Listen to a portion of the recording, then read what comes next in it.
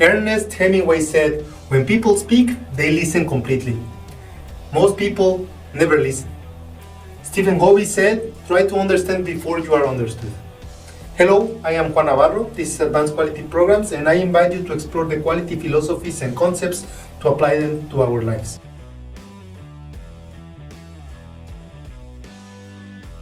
Before we can truly understand quality, the philosophies, and concepts, we need to understand what's a paradigm and the influence a paradigm has in our behavior and how we can shift those paradigms to apply a better understanding of our world.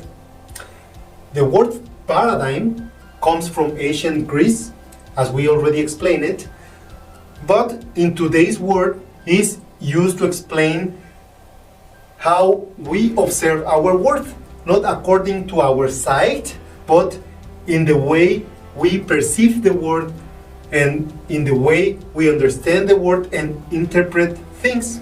An easy way to understand a paradigm is to consider them as a map. We all know that a map is not the territory as it is, but it explains certain aspects of the territory and it helps us to understand that territory. A paradigm is something like that.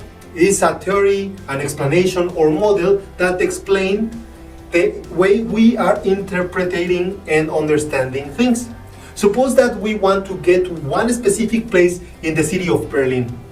In this case, a map is a very helpful tool to get us to our destination. But imagine that when you have your map on your phone, the GPS loaded one map of Mexico City. Can you imagine the frustration and the inefficiency you will experience while trying to get to your destination? We can do two things to get to our destination. First, we can work on our behavior. We can pay closer attention to the road, we can drive faster, we can try to be very efficient on driving and following the map instructions, but ultimately we will get faster to the wrong position on the map and wrong position on the city. We can also try to work on our attitude, but ultimately we can be very positive and we will be very happy in the wrong destination, but the point is that we are still lost. The fundamental problem was not that we were not positive enough, but the problem was that we had the wrong map to start with. If we have the right map of Berlin, then some committed efforts are useful to dodge some unwanted situations that may appear along the way. And the attitude can make a real difference while reaching our destination. But the first and most important requirement was to have the accurate map. Coming back to the paradigms, we all have different maps in our heads, which can be grouped in two main categories: maps of the things the way they are, or realities, and maps of the way things should be, or values.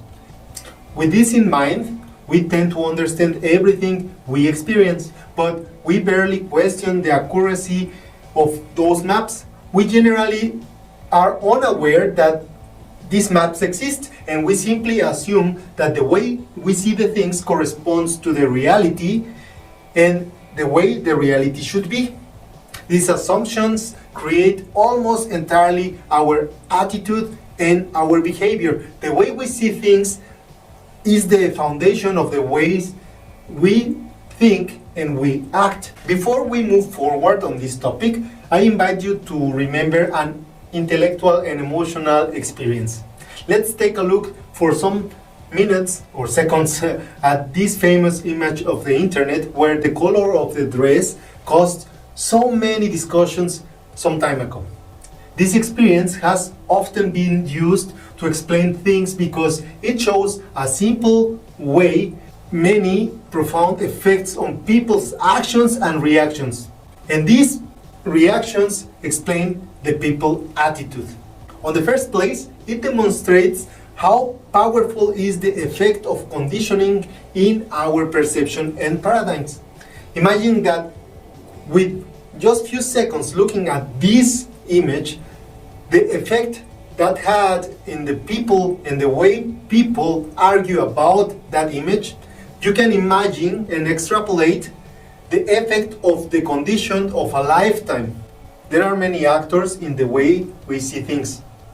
Our life has the influence of family, school, religion, work, the environment, friends, the politics. All of them have a silent and unconscious effect on the formation of our living frame of reference and therefore in our mind map.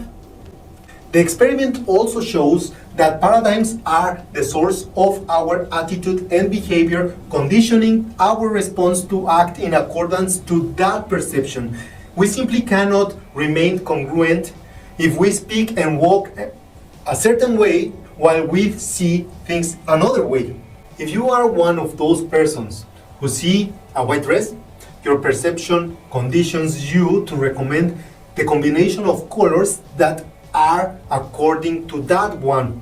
And it would be certainly difficult to understand the recommendation that a person with a different perspective would do.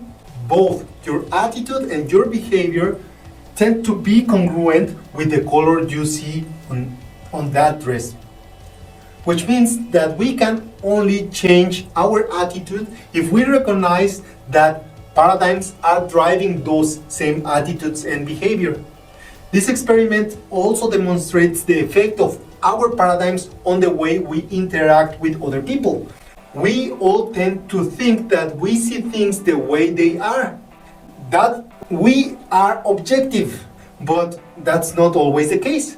We see the world not as it is, but as our senses have conditioned us to see it. When we open our mouths to describe what we see, we are actually describing ourselves, our perceptions, and our paradigms. Remember that if we think that we see things clearly and objectively, it can also be possible that others can see them different. And there is always another perspective. When people have a different explanation, we usually think that something strange is going on with them. But as this example demonstrated, many people see things differently, so everybody sees the world through the glass of their own experience. This does not mean that there are no facts, but the interpretation of those facts represents the explanation of previous experiences, and therefore the facts are meaningless when they lack the reference for that interpretation. Being aware of our paradigms and how they influence on our behaviors give us the chance to examine them, test them, and assess the conditions so that we are allowed to listen others and be open to understand their point of view. This broadens our vision and makes it much more objective.